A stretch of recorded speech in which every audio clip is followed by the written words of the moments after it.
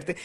पवन सिंह का भी जब नाम आया था बीजेपी के तरफ से, उन पे भी ऐसे उनके पुराने क्रिएटिव उनके गानों के वजह से सेम ही आरोप जो है तृणमूल या फिर दूसरे ऑर्गेनाइजेशंस की तरफ से, दूसरे पार्टीज की तरफ से लगाया गया। कहीं आपको लगता है सर कि इरिस्पेक्टिव ऑफ पॉलिटिकल लाइंस किसी आर्टिस्ट के पुराने काम को, जो प्रोफेशनल काम है, उसको इलेक्शन का हथियार बना के मतलब आर्ट आर्ट के साथ छेड़खानी हो रही है, या फिर उस आर्टिस्ट को कहीं ना कहीं असम्मान किया जा रहा है? वो पवन सिंह भी हो सकते हैं, वो शत्रुघ्न सिन्हा भी हो सकते हैं, वो कोई XYZ कोई फिल्म स्टार या सिंगर भी हो सकते हैं। कैसे देखते हैं? मैं आपकी बातों को दो तीन भाग में जवाब दूंगा, संक्षेप में दूंगा, बहुत शॉर्ट में। पहली बात तो ये कि पवन सिंह के बारे में जो कहा गया गानों की वजह से, मुझे नहीं पता। मैं सिर्फ इतना जानता हूं कि मैं पवन सिंह को व्यक्तिगत तौर पे नहीं जानता हूं, लेकिन हाँ, मैंने जो सुना है उनके बारे में अच्छी बातें ही सुनी है। मैंने आज तक उनके बारे में कोई गलत बात नहीं सुनी है। मैंने सुना है अच्छे परिवार से हैं, अच्छे लोगों के बीच में से आते हैं, वो कलाकार हैं, अच्छे कलाकार हैं, और मैं उनका सम्मान करता हूं। और ऐसे भी लोकतंत्र में सबको चुनाव लड़ने का अधिकार है। अगर कोई चुनाव लड़ने आता है तो मैं उसका स्वागत करता हूं। और आपने खासकर मेरे मामले में देखा होगा, मैं आज तक अपने किसी चुनाव में, किसी भी चुनाव में, मैं अपने प्रतिद्वंदी उम्मीदवार पे कभी न वार करता हूं, न भी उसका नाम लेता हूं। क्योंकि भाई लोकतंत्र है, आप वो नहीं लड़ेंगे तो कोई और लड़ेगा, लड़ने तो कोई आएगा यहाँ पे।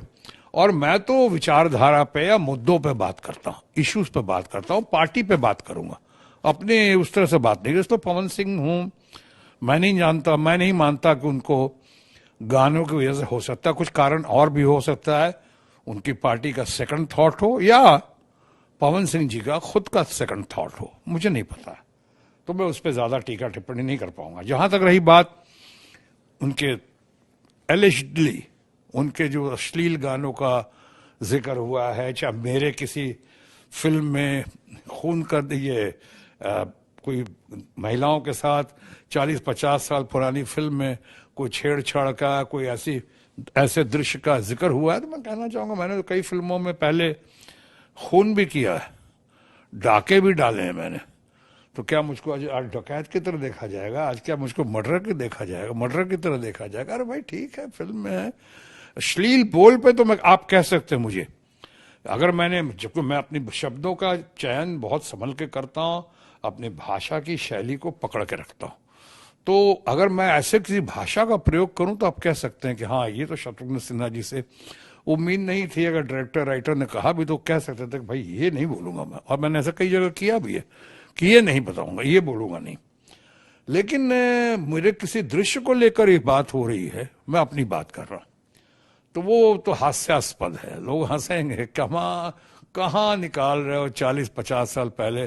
फिर तो अमिताभ बच्चन से लेकर दिलीप कुमार जैसे इंस्टीट्यूशन ने, चाहे किसी कलाकार का नाम लें, चाहे धर्मेंद्र का नाम लें, चाहे यहाँ पे आप सौमित्र चटर्जी जी का नाम लें, चाहे यहाँ पे माधवी मुखर्जी हमारी हैं, कितनी फेवरेट रही हैं, सुचित्रा सेन बहुत फेवरेट रही हमारी। कौन सी फिल्म में किसने क्या सीन नहीं किया होगा, उस सीन को लेकर चलचित्र के पर्दे का जिक्र करना कि उसमें ऐसा किया और वैसा किया, ये तो बिल्कुल जैसे मैंने कहा ना कि सो हंसने वाली बात है, हास्यास्पद है।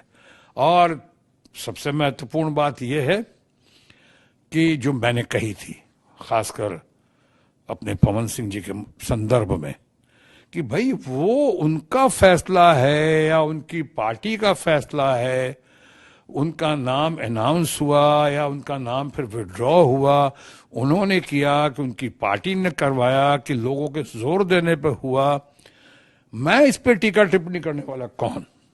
ये उनका अपना अंदर का मामला होता है ना, ये अंदर की बात है, वो अंदर की बात है, इनर पार्टी, उस पर मैं क्यों टीका टिप्पणी करूं?